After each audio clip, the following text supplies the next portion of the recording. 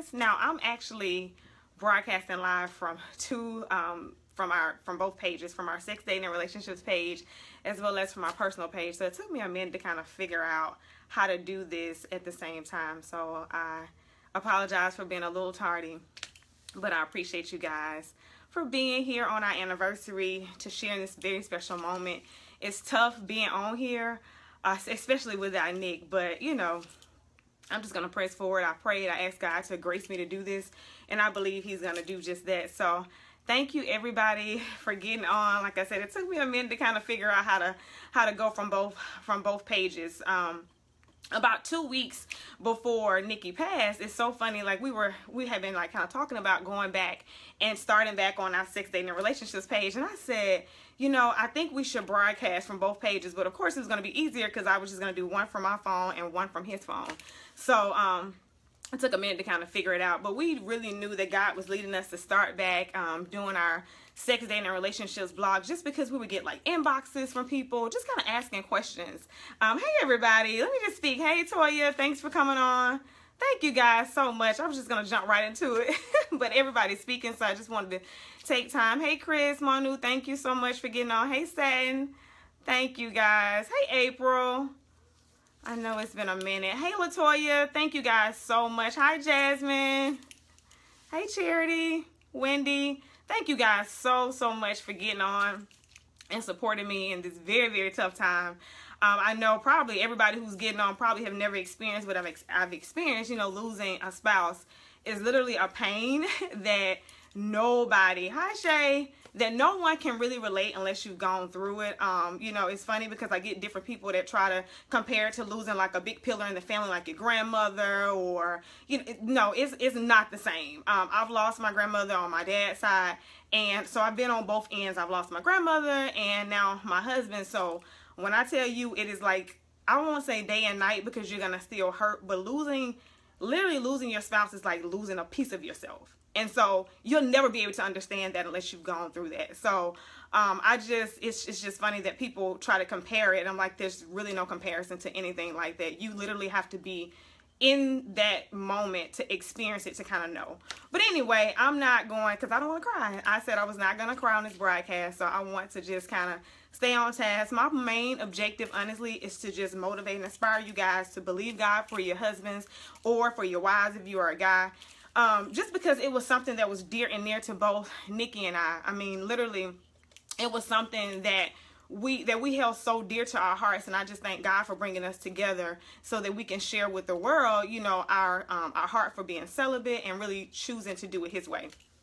So, like I was saying, about 2 weeks before Nikki passed, we were talking about getting back on Facebook Live and doing it from our sex, dating, and relationships page. And that I remember one Tuesday, we said we were going to start on Tuesday. One Tuesday, he had night court, which is so random. And I was like, this is just the enemy trying to stop us from doing this broadcast. But he had night court, just so random one night. And so we couldn't do it that Tuesday. The next Tuesday, we couldn't do it because I think he had to meet a client or something. So we were like, you know what? Without a shadow of a doubt, we're going to do it the following Tuesday. And that Tuesday never came for Nikki because that previous Saturday he passed, the Saturday before that Tuesday. So I am going to just go ahead because Nikki and I are one. So I'm going to go ahead and do the best that I can with sharing my version. Because, of course, Nikki, if you guys know Nikki, he had his own version of our story. But my version is the right one. So I'm going to share my version of how we met. And after I finish, I'm going to leave it open. If anybody have any questions that you want to ask me for about 10 or 15 minutes, I'll just take some questions. Because, you know, I want to see you guys with your bae, as one of my friends call it. I want to see you get your boo. So, hey Nicole, thank you so much for getting on. Okay, so let me go ahead and just jump in. So Nikki and I met, honestly, it was a Saturday night. I can't remember if it was December 2nd or December 3rd, but of 2011. But we met at a mutual friend's birthday dinner. But I wanted to really just take you guys back, especially for my single women. I want you to understand that I know exactly where you are.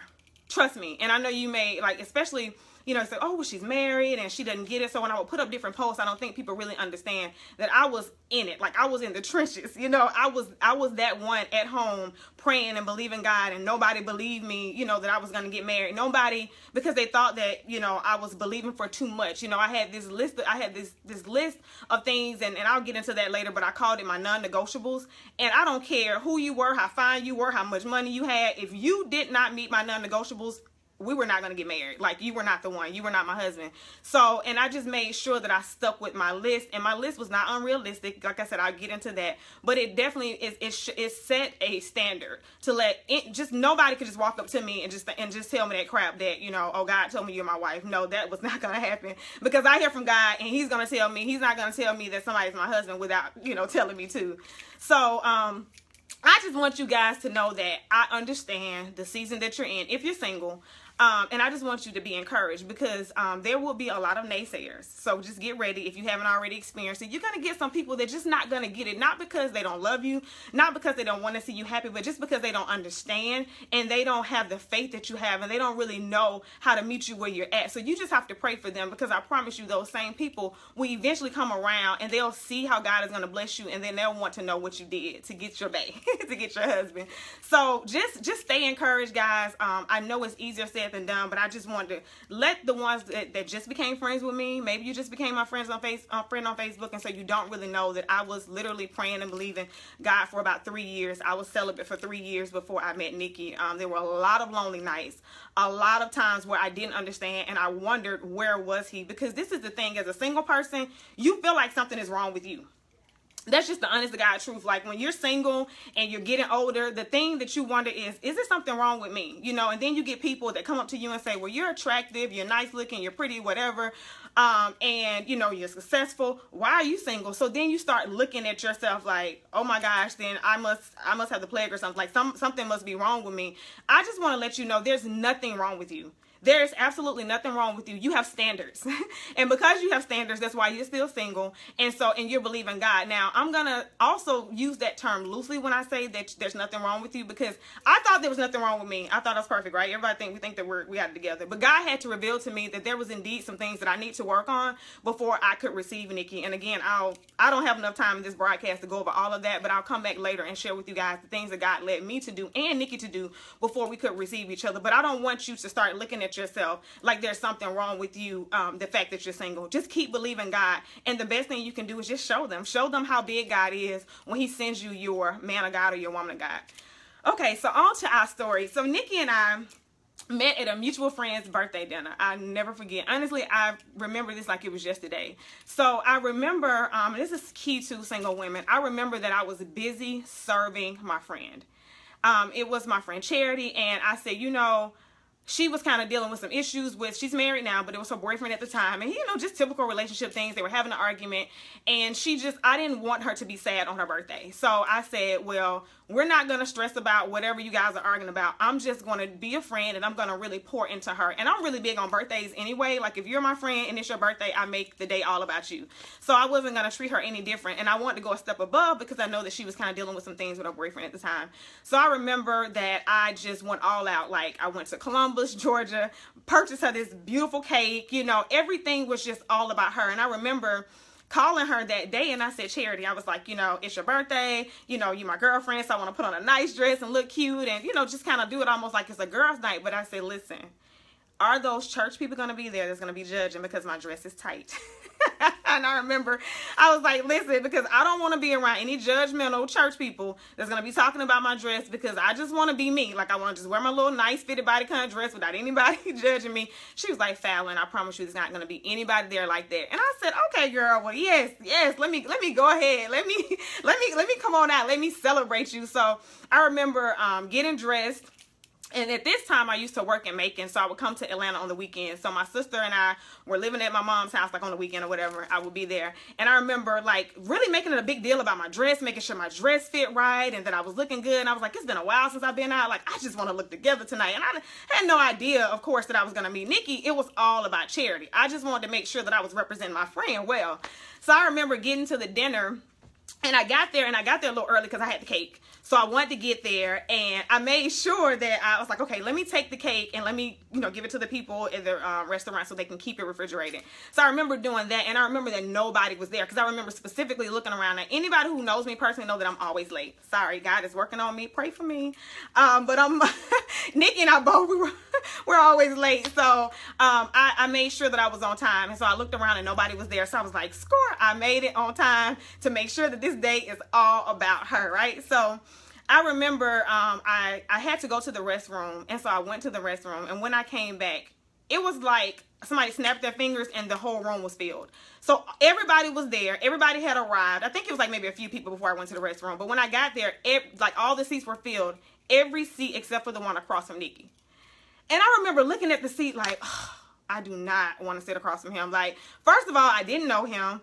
And it wasn't even really about him. It was about everybody that was at the end of that table. I knew some of the girls that was at the end of the table, but some of the guys I did not know, Nikki being one of them. And I am pretty private. I know that may be hard for you guys to know that, or to think that about me, but I am kind of private and reserved if I don't know you. So I didn't want to like engage in a conversation with somebody that I didn't really know, because I don't like being fake and having to make up stuff to say. So I was like, I don't really know what to say, and I'm here for charity, so I really want to be at the end with her. But all the seats were taken. So I was like, I'm not going to, you know, make a big deal about this. I'm just going to sit down across from this guy.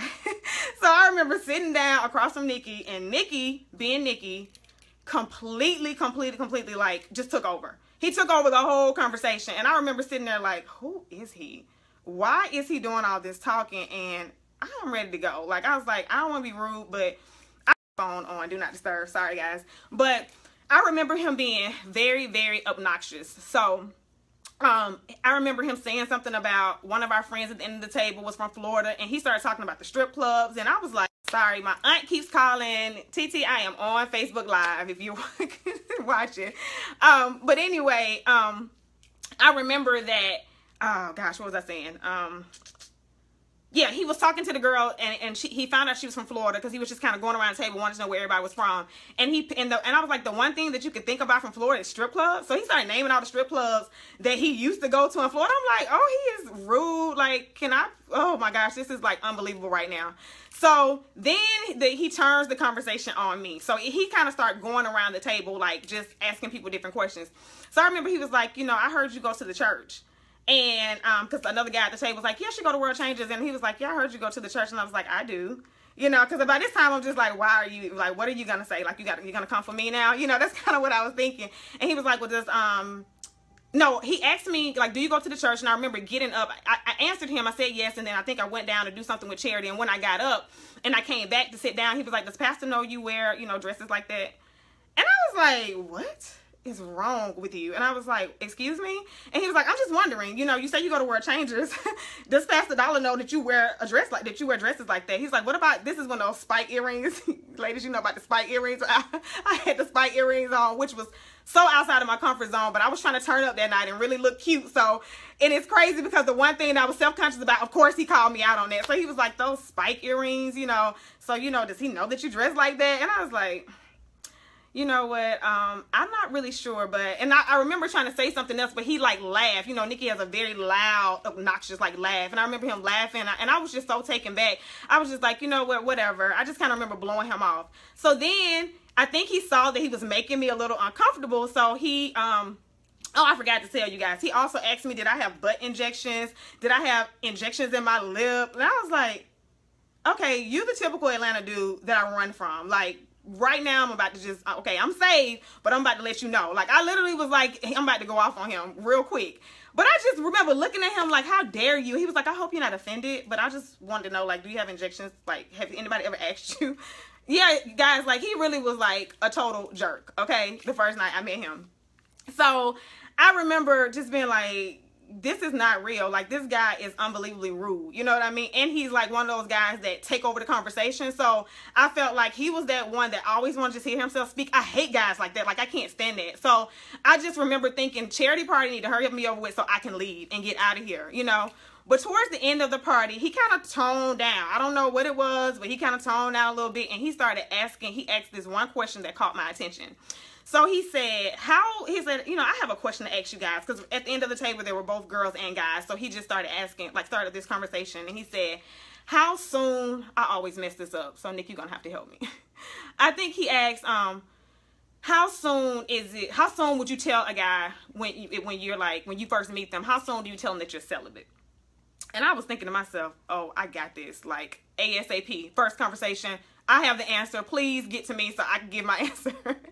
So I remember him getting to me, and I was like, I tell them the first conversation, there's no reason for us to hang out or go out if he's not practicing celibacy, because this is not going to go anywhere. And so he was like, okay. He said, that's interesting. You'll tell them that fast? I said, yes, that's part of my non-negotiable. So they kind of get an interview anyway, you know, on the phone with me. This one of my phones about to go dead. Hold on. Okay. I said, you know, it's kind of like an interview process kind of on the phone anyway before they can like qualify to even go out with me. So I remember him saying, okay, you know, that's cool. Well, that's pretty much my answer too. I think that you should tell them right away before you go out with them. So we were just kind of like, okay, so everybody was giving their different opinions. And then he asked this question. He was like, well, who all is practicing celibacy? So again, I'm like, oh, I can answer this, you know, me, you know, get to me again. So I remember him getting around because he had to kind of go around, and I was always the last person to answer the question. So I remember him asking me, getting to me, and I was like, he was like, well, are you practicing celibacy? I said, yes. And he said, for how long? And I said, 3 years. And I was just like, I said it too, like, now what? And he was like, and I was like, so now let me twist this back on him, because he probably one of those perverts that like use church and to kind of, you know, woo women to the bedroom. So let me turn this back on him. I was like, so how long have you been celibate? And he said 5 years. And my mouth was open, like I probably could like pick up my face, because I was like, oh, okay. He's like, yeah, 5 years. I was like, oh, all right. Completely threw me back. I'm going to be honest. Was not expecting that. This obnoxious guy, I completely wasn't expecting it. So I remember the expression on his face too. He was like, boom, gotcha. I was like, you know, it was kind of like a silent thing, you know, that both of us were just like, okay. So I remember after that, he kind of started back being his, you know, kind of a little rude again. I forgot what he said, but I remember it was to the point where I think he said something about, he said, let me get a picture with the birthday girl.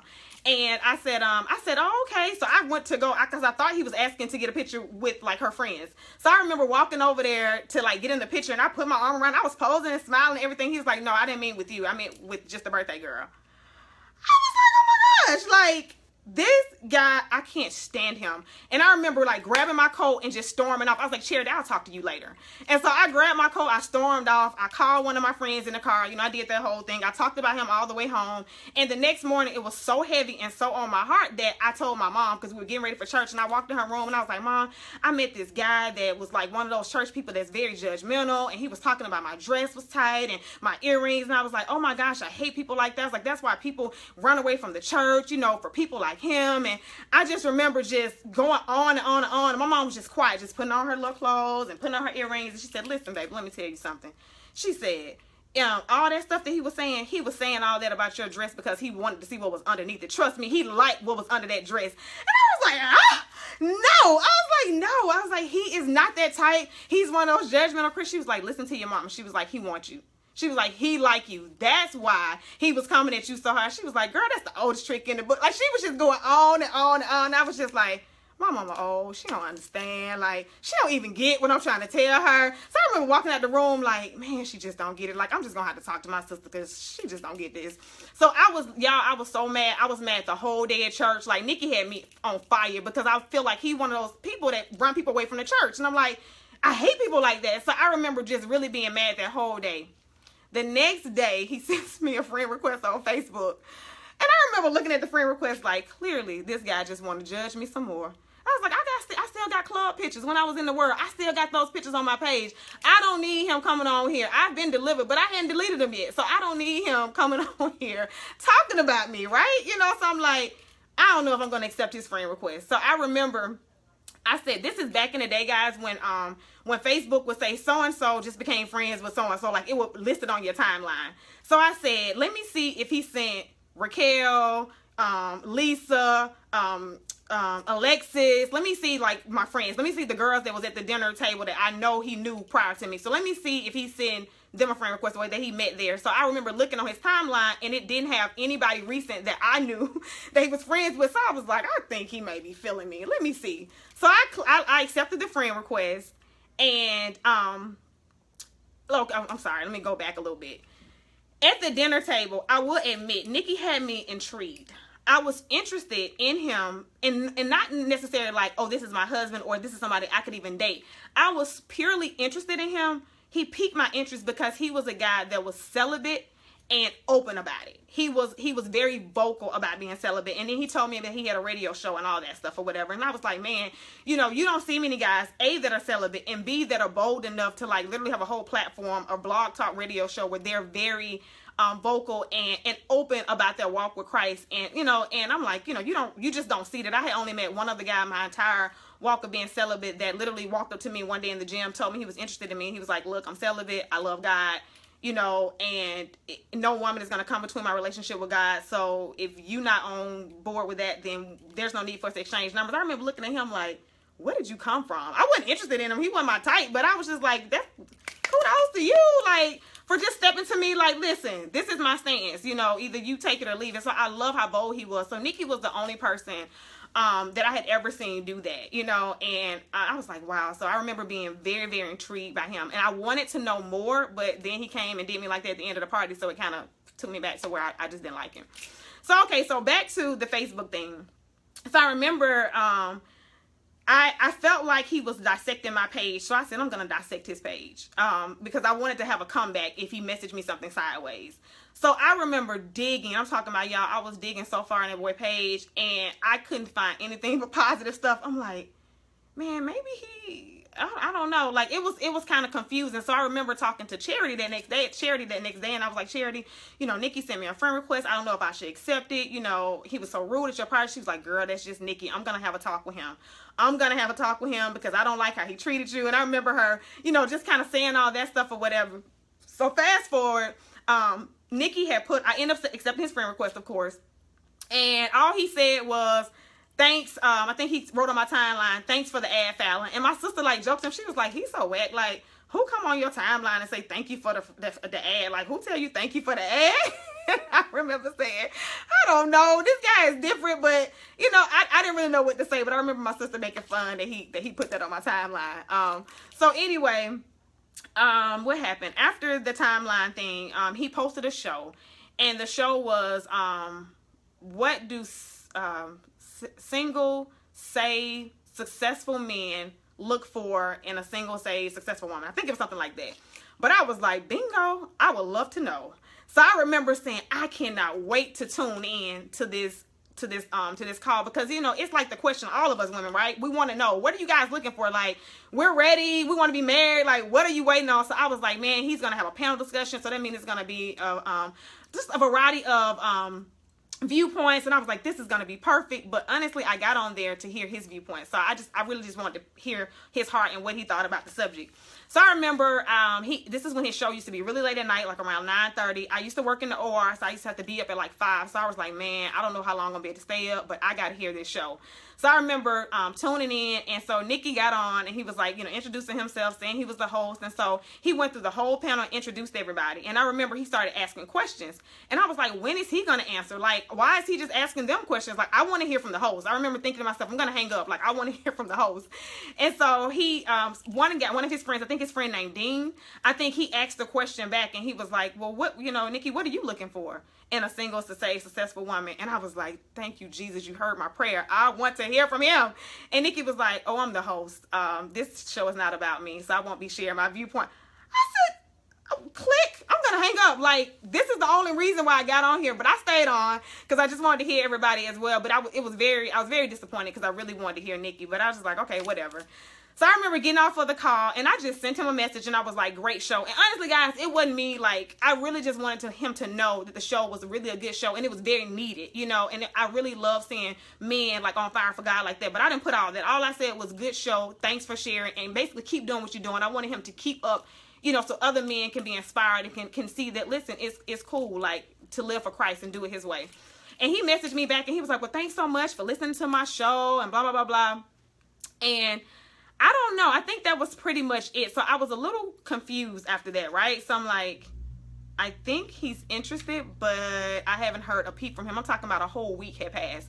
Not one word. So Nikki didn't do that typical thing, you know, that men do once they get your information, right? Like send you that good morning crap, and then midway through the day, hope you having a good day, beautiful. And then at the night, I hope your day was awesome. All that crap, he didn't do any of that. He didn't do any of the typical stuff. You know, so he completely threw me off. Like, he did not come at me strong. He didn't throw himself on me. Like, he didn't just jump on me. And I'm like, this is different. Like, I don't know. I don't understand what's going on. So Charity obviously was friends with him. First, I remember saying, Charity, like, what's up with your boy? Like, I think he's interested, but he's not really giving me anything. And she was like, girl, knowing Nikki, he's probably praying and talking to God about you. I was like, good, you know, good one, Charity, but, you know, trying to step up for your friend, but no, I just think this guy literally is just not interested.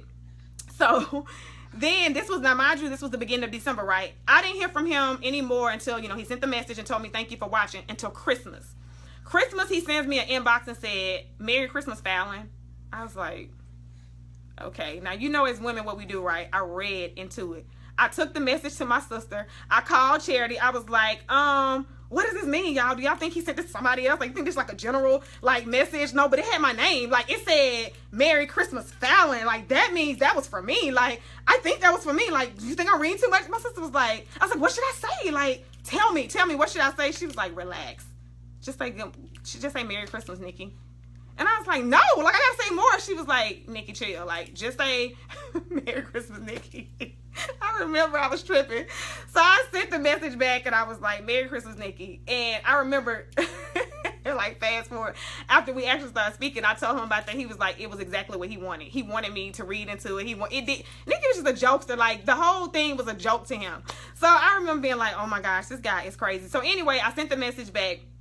And that was it for that day. So all that Christmas, I'm like, what is he doing? I'm checking his page, seeing he's making posts, and he just posted my his mama red velvet cake. I'm like, so what is he doing? Like, what is his Christmas like? What is his Christmas? You know, for me, I'm in my PJs all day on Christmas. Like, I don't have nothing to post, but what are you doing? And I remember he was kind of lounging around and posting pictures of his, you know, mom and cooking. I was like, okay. So I remember, like, maybe a week after that, he sent me another message, and I remember it being on a Wednesday because it was Bible study.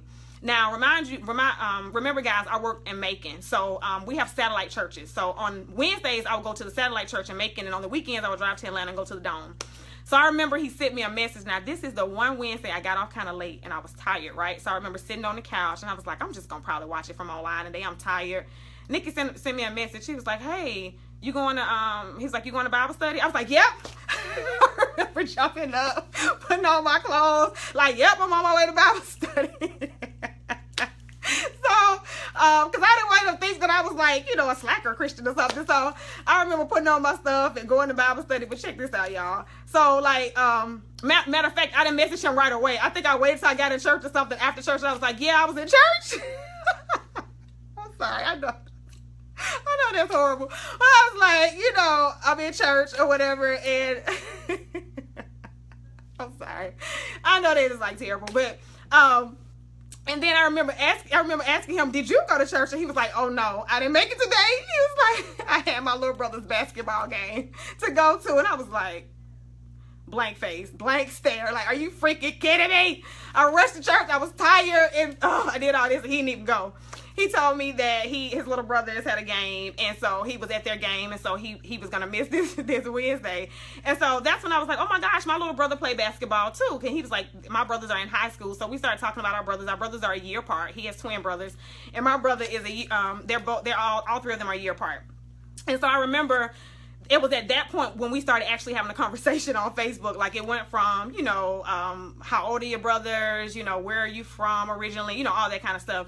So we messaged back and forth on Facebook probably for about, I don't know, maybe a week and a half, 2 weeks before we ever exchanged numbers. And I remember during that time, he was very slow, like, to kind of reach back out to me. Like, the messages were, like, kind of sporadic or whatever. And I remember, like, talking to Charity, and I remember her boyfriend getting on the phone, us doing a 3-way call, and he told me, Ernie was like, listen, well, her boyfriend at the time, that's her husband now, but Ernie was like, listen, trust me, Nikki like you. I thought that Nikki wasn't interested. I thought I wasn't his type because I saw his ex and I saw what she looked like, and she was tall, slender, you know, and I was, you know, I'm thick, you know, and curvy and, you know, all this different stuff. And I was just like, I don't think, and I'm not tall, so I'm like, I'm probably not his type, right? And he was like, no, you need to hear me. Listen to me clear. You are his type. Just give him some time. He's gonna come. He's gonna approach you. All this different stuff, right? Nikki took his poor, like, slow, precious time reaching out to me. So it really, like, kind of, I was just confused. Honestly, guys, I was confused. So this is what I did. I heard his friend Ernie telling me he was interested. He was messaging me little sporadic stuff. Charity was telling me he was interested, but I had no clear sign. So I said, you know what? I'm going to do just what I do with everybody else. I took him before God. And I remember getting out my journal and writing down in my journal. I wrote his name down. I have the date and everything. I don't have my journal with me right now, but I had everything written down. And the day that I took him before God, I said, God, I don't know who this guy is, but you created him. You know who he is. You know what his motives are. You know what his intentions are with me. Reveal to me who Nikki Bonner is. Make it crystal clear to me whatever my interactions are to be. Anything, whether it's friends, get into a courtship, marriage later, whatever it is, I pray that you make this crystal clear to me, not only to me, but to Nikki as well. And I remember putting that in my book, and I remember when I wrote that down, peace. I got peace, and I said, you know what? It's like peace kind of came over me. And so Nikki ended up messaging me a little later on that week, and at the end of the conversation, I think it was a Friday night, he said, well, here's my number. You know, if you ever want to give me a call or something like that. And I was like, oh, you tried it. You actually think I'm going to really call you? Like, I'm going to really pick up the phone and call you? No, the Bible says, he who finds a wife, you're going to pursue me. So I was like, oh, you tried it. So I remember sending him a message right back saying, okay, cool. Here's my number if you want to ever chat. And so he started like, LOL. I think he's like, LOL. So make this like crying, laughing, emoji kind of whatever, laughing. And he was like, okay, Falon, I'll give you a call, you know, sometime, whatever. So, you know, at that point he had my number. And I think that's pretty much it in a nutshell. I don't want this video to be too long. Shortly after that, we had plans to go out for New Year's Eve. Like, you know, after New Year's Eve service, we was going to go out to eat. But none of our friends wanted to go out to eat. And I didn't want to go out to eat with him by myself. So that never happened. But that very next day, he called me. Actually, he called me on New Year's Eve. He called me that night. And, you know, he was like, I know we didn't get a chance to get out. And I was really looking forward to kind of just getting to know him and having, you know, breakfast after New Year's watch night service. So I was really interested in really having a face-to-face conversation with him. So I was kind of bummed that we didn't get a chance to link up. But he called me that night, and we stayed on the phone 11 hours. We talked all the way to the next morning, literally. So we talked all the way through New Year's Day. The sun was coming up, and like, everybody's like always saying, like, what were you guys talking about? Everything. The conversation, there was never like, you know, an awkward moment, silence, trying to figure out what to say. Like, it literally was Holy Spirit led. Like, it flowed the entire 11 hours. I remember he shared with me at that time that he wanted kids. He told me his son's name was going to be Nicholas, you know, and I was like, oh, I love that name. And so it was like, he told me he wanted a daughter. He wanted her name to be Alexandria.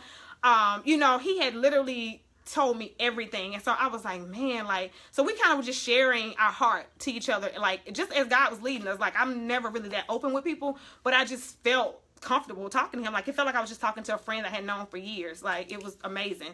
So that was 11 hours, and, you know, that we spoke. And after that, the rest is kind of history. I'll talk to you guys a little later about, you know, when we started courting and what that looked like and how you can do that and still honor God and still honor your body without having sex with each other and all that stuff. So, and still have a lot of fun and truly get to know the person without sex, which is going to cloud your judgment.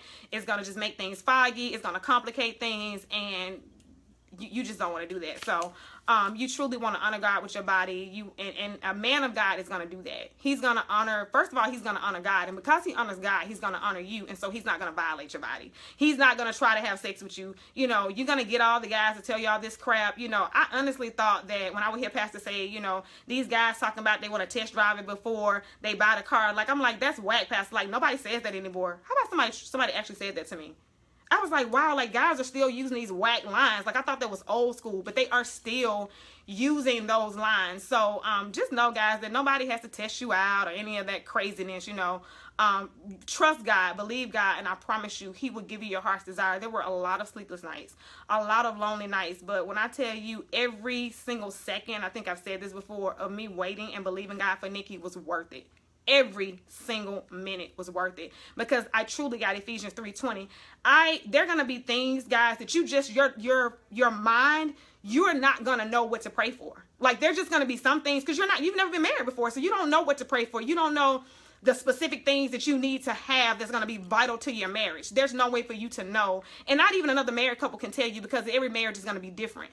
The only way that you can know that is to truly seek God and to really get a man of God. So you're going to need to make sure that you're marrying a man of God, because I'm telling you, when you say I do, oh my gosh, like it's literally like nothing, like that person, however he is how he's going to be. Like, he's not going to change as soon as he says I do to you, you know. So you want to make sure you know what you're getting yourself into before you say I do. So I just feel like, you know, you're setting yourself up for a successful marriage if you do it God's way. There's a good choice, and then there's a God choice. A good choice is going to be, you know, oh, he's a nice guy. Oh, you know, yeah, we slept together, but that's okay. You know, it's all right. Like, he's gonna see, you know, he treats me nice. He's met my mom. He's met he's met my family. You know, he's gonna seem to be a good guy, right? Okay, so he's a good guy.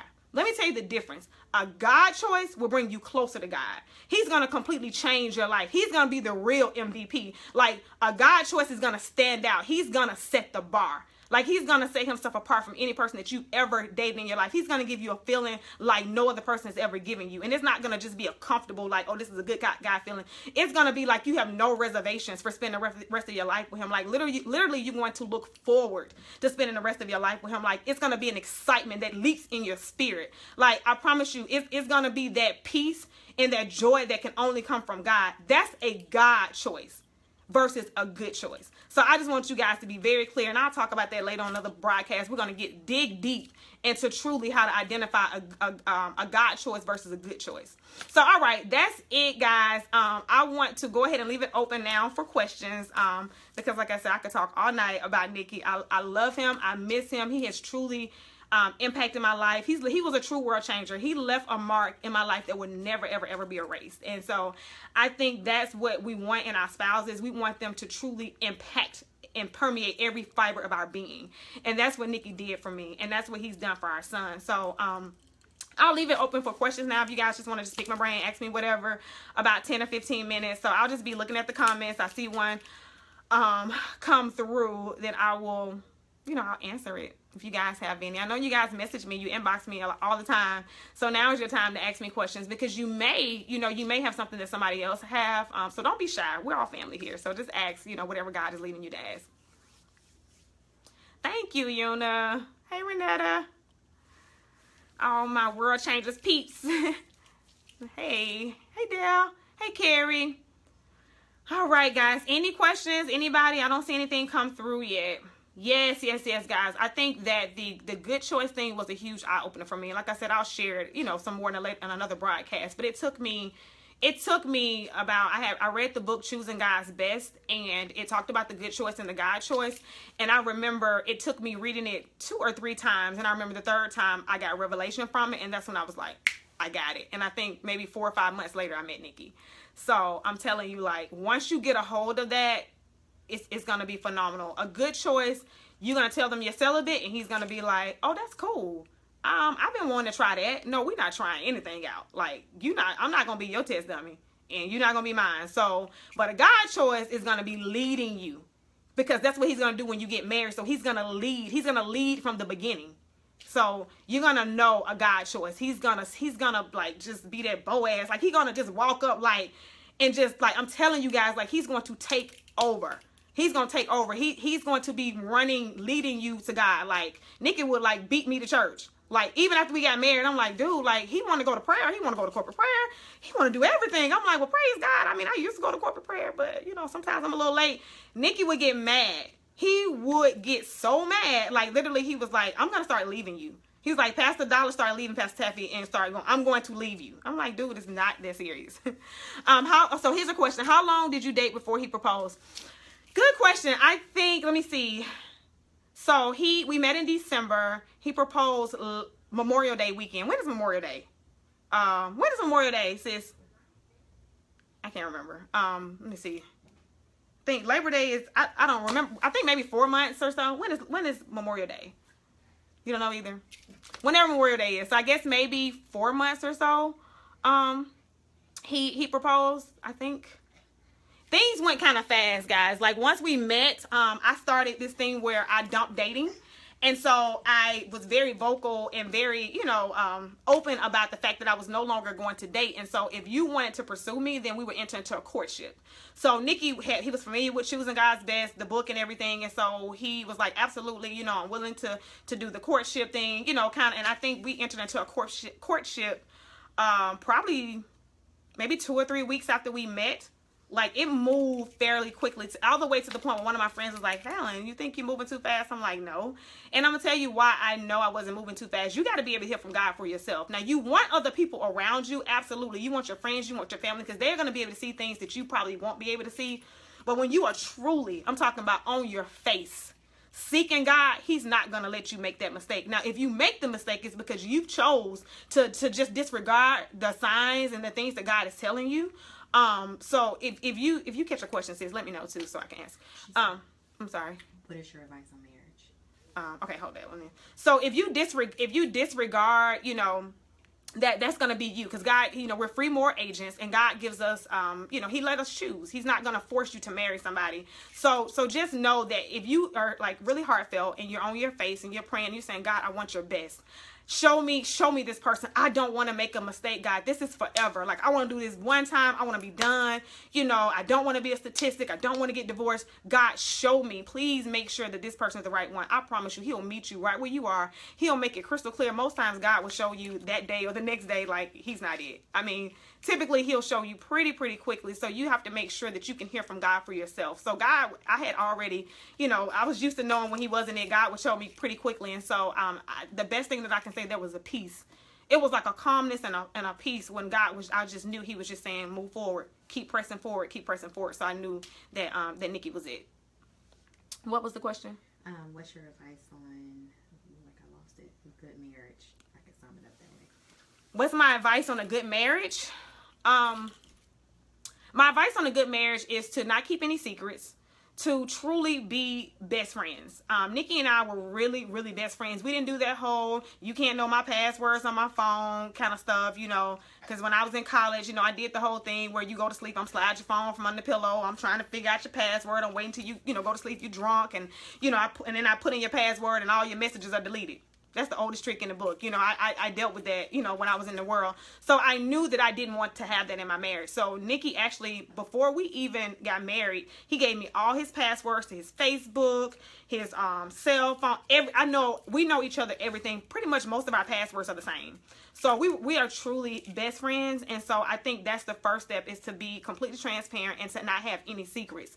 Once you've set that foundation for trust, you really setting yourself up for a strong marriage. Once you truly make, your spouse your friend versus your girlfriend or your homeboy, you truly confide in that person. Like, you're a team, you're one. Like, it's you against the world. You and your spouse against the world, really. And Nikki would tell me that all the time. What a bonus, like, it's us against the world. Like, nobody comes between us. Nobody, not our parents, not my mom, not his mom, not my dad, not his dad. He told me one day he told me something that kind of made me mad. He was like, Nicholas doesn't even come before you. He said, because the Bible says it's to be God, each other, husband and wife, and then our son. And I was like, what do you mean? Like, do you not love him? And he was like, no, I love him. He was like, well, we're going to do this thing according to the word. So it's you and your spouse against everybody else. And that's just how tight we were. So I think that's the best advice I can give you, is to build your marriage off of trust, be each other's true best friend, and as a wife, intercede and keep him covered in prayer.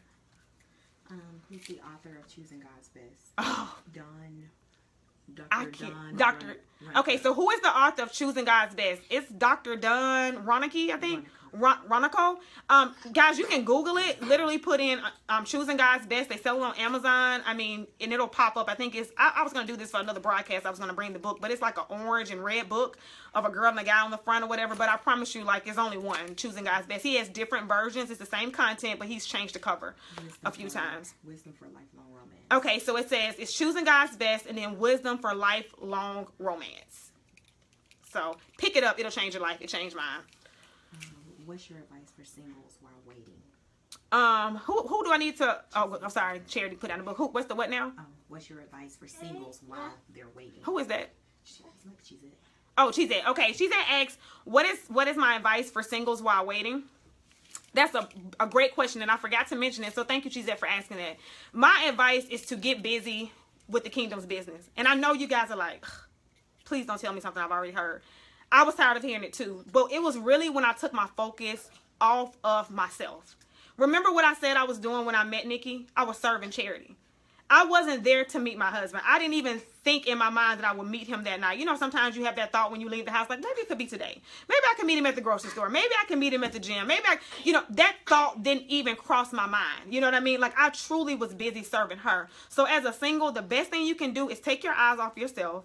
You're going to have lonely nights. You're going to be sad. That's why you need to just pray and ask God to surround you with friends. He did it for me. He gave me Charity, Raquel, Lisa, Nikki, and all, everybody. He gave me all those people so that they could be there during my season of singleness.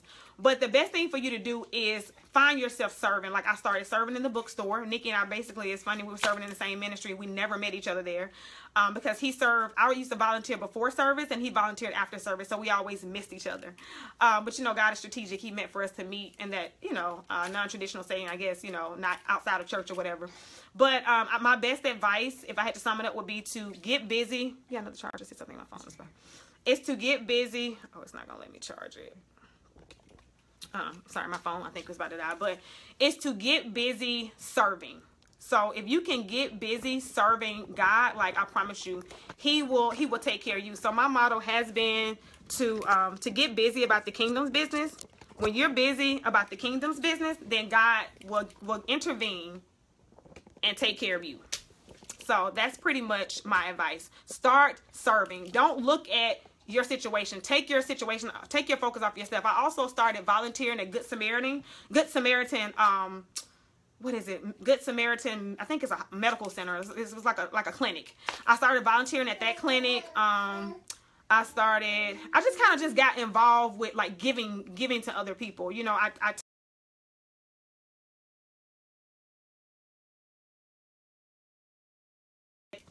Oh, it's back. Okay. Let me just okay.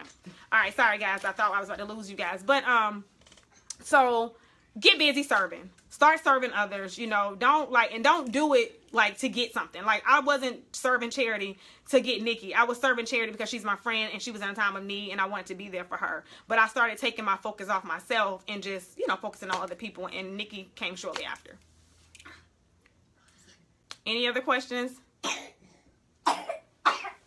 Yeah, thank you, Nicole. Yeah, this is definitely not that's a very insensitive question to ask. For anybody wondering that question, I won't even repeat it. It's not worth mentioning, but it was very insensitive to ask that. And I would just wish I would hope that you guys would just use discretion and just be very, use, proper etiquette. We're all, children of God. Like, let's just use proper etiquette on your questions. Okay. Any other questions? Oh, I have some questions on the sex, dating, relationships page. Oh, sorry. Thank you, Jasmine. Yeah, I gotta be better prepared. I didn't even think about looking over there. Any other questions? What was the name of the other book? One book is Choosing God's Best. Another book is When God Writes Your Love Story. I don't know who the author of that one is. There's only one out there, but you can literally type it into Google and it'll come up. When God Writes Your Love Story. Okay, anybody else? Huh? Okay, so we're gonna go ahead and just end it right now. Thank you guys so much. It's gotten a little long, so I'm gonna go ahead and end the broadcast, but I will be coming back on. I don't know if it'll be weekly, bi-weekly, whatever, but I will start back up with the sex, dating, relationships. So this will be the same way. I'll be broadcasting live from my personal page and from our sex, dating, relationships page. My heart is to help you guys. I want to see you, meet your man or woman of God, and I want to make sure that you're in successful relationships, because I promise you, when you do it God's way, man, it's gonna be like a dream. You're gonna be frolicking through your house like, God, only you can do this. So just stay tuned for some more broadcasts. I appreciate you guys sharing my anniversary with me. Nikki would be so proud that I wasn't at home crying and just kind of dwindling and everything. I truly wanted to do this for him because I know this is something that he would want, and so to honor him, I got on here to share with you guys. So thank you for being so encouraging, for showing up, guys. I mean, I think we got like 400 people on here live on one page and like 3 30 something on the other page. So thank you guys so much. I love you. And oh, what's your question, Nicole? I'm sorry, I didn't get your question. One more last question, and then I'm gonna go ahead and get off here. Can you type your question in, Nicole, or text Kristen or somebody so I can see it? Thank you, guys. Thank you, Jasmine. Oh, thank you, Christy. I appreciate you.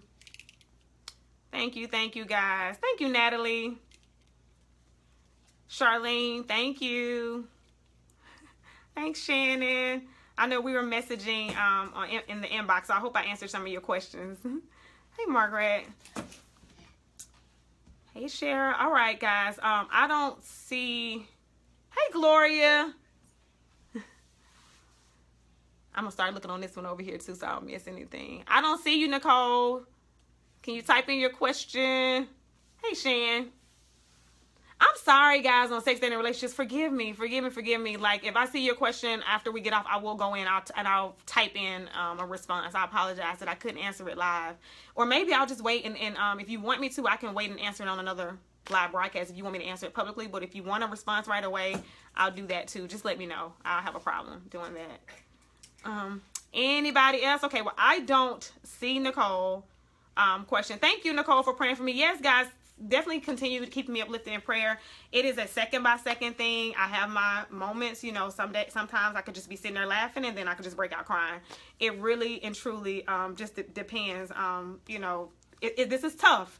But the grace of God, and I know it's His strength, you know, that's keeping me going, because some mornings I don't even understand how I'm waking up. Sometimes I just feel like I'm going through the motions. So I appreciate all the prayers I can tell you guys are praying for me, because I am steady moving forward, and sometimes I don't even know that I'm doing it. Like, it just almost I feel like a robot some days. So I appreciate you guys. Oh, Nicole wants to know, how can she sow a seed? Oh, I can. Okay. Well, if you want to sow a seed, I can give you my PayPal. My PayPal is Falon, Falon .baker. Actually, Kristen, if you could type it into the comments, falon.baker@gmail.com.